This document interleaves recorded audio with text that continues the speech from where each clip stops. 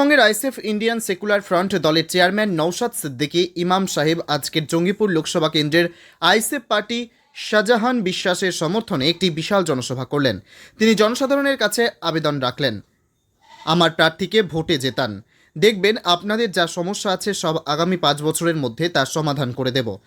তার কারণ আমি রাজ্যেতে আওয়াজ তুলব আর তিনি দিল্লিতে আওয়াজ তুলবে।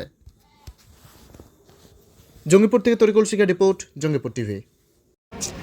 42টা সিটি প্রার্থী দেওয়ার মতো যে অর্থের প্রয়োজন হয়, প্রথম কথা সেই অর্থ আমাদের নাই।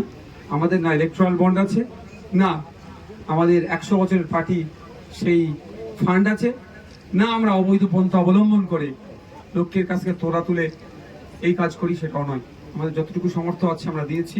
তবে বহরমপুর শুধু নয়, আরও কটা বিষয় আলোচনা আছে, সেটা এখনই আমি ফাইনাল বলবো না, আলোচনার স্তরে আছে।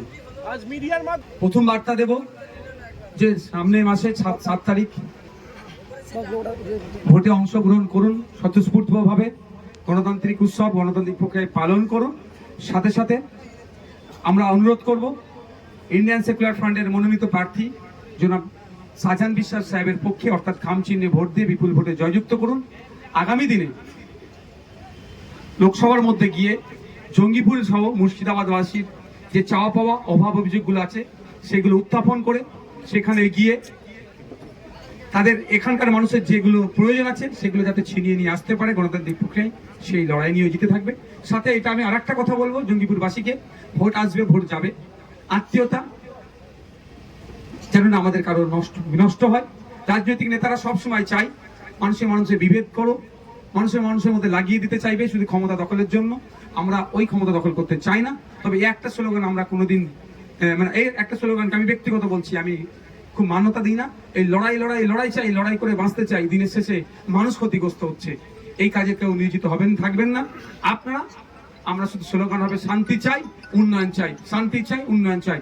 যাকে ভোট দিয়ে আমরা জিতাই না কেন, তার দ্বারাই উন্নয়ন হোক, শান্তি প্রতিষ্ঠা হোক, এটা জঙ্গিপুরবাসীকে দায়িত্ব নিতে হবে। শুধু অধীর চৌধুরী নয়, আরো অনেক নেতা আছে যারা চায়নি তারা আইএসএফ এর পক্ষ থেকে পার্লামেন্টে যাক। যেভাবে সংযুক্ত মোর্চার পক্ষ থেকে পার্লামেন্টে গিয়ে আইনসভার মধ্যে গিয়ে রাজ্যে একমাত্র সংযুক্ত মোর্চা তথা আইএসএফ এর বিধায়ক যেভাবে পারফরমেন্স করছে, যদি আইএসএফ এর পক্ষ থেকে তখন চলে যায় একই পারফরমেন্স করে, তাহলে অন্যান্য রাজনৈতিক দল হয়তো ভেঙে পড়বে, তাদের কর্মী সমর্থকরা আইএসএফ এর দিকে চলে আসবে। এই ভয়ে অনেকে আমাদের সাথে জোট করেনি। আমরা চেয়েছিলাম ঐক্যবদ্ধ হয়ে বিজেপি তৃণমূলকে সহজেই পরাস্ত করব, সেই জন্য আমরা জোট চেয়েছিলাম। কিন্তু দুঃখের বিষয় অনেকে জোট করেনি। কিন্তু আমাদের যে লড়াই থেকে এক পা আমরা পিছিয়ে যাব না। আমাদের কষ্ট করতে হবে, ক্ষমতা একটু বেশি লাগবে, বেশি সময় দিতে হবে, কিন্তু আমরা লক্ষ্যে অবিচল বিজেপি তৃণমূলকে আমরা পরাস্ত করব।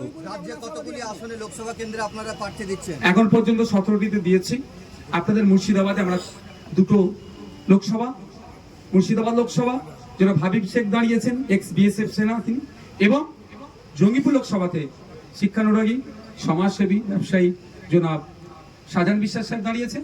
এবং একটা উপনির্বাচন, ভগবানগুলো উপনির্বাচনে শিক্ষক তিনি মাস্টার মশাই মোর্শেদুল আলম।